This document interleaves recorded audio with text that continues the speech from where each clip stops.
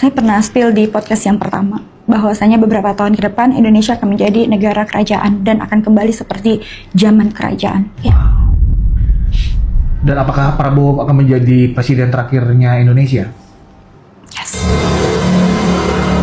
Saya pernah spill di podcast yang pertama, bahwasanya beberapa tahun ke depan Indonesia akan menjadi negara kerajaan dan akan kembali seperti zaman kerajaan. Ya. Dan apakah Prabowo akan menjadi presiden terakhirnya Indonesia? Yes. Saya pernah spill di podcast yang pertama, bahwasanya beberapa tahun ke depan Indonesia akan menjadi negara kerajaan dan akan kembali seperti zaman kerajaan. Ya. Dan apakah Prabowo akan menjadi presiden terakhirnya Indonesia? Yes. Saya pernah spill di podcast yang pertama, bahwasanya beberapa tahun ke depan Indonesia akan menjadi negara kerajaan dan akan kembali seperti zaman kerajaan. Ya. Dan apakah Prabowo akan menjadi presiden terakhirnya Indonesia? Yes.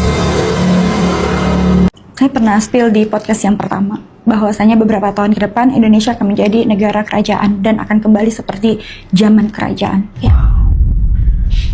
Dan apakah Prabowo akan menjadi presiden terakhirnya Indonesia? Yes. Saya pernah spill di podcast yang pertama, bahwasanya beberapa tahun ke depan Indonesia akan menjadi negara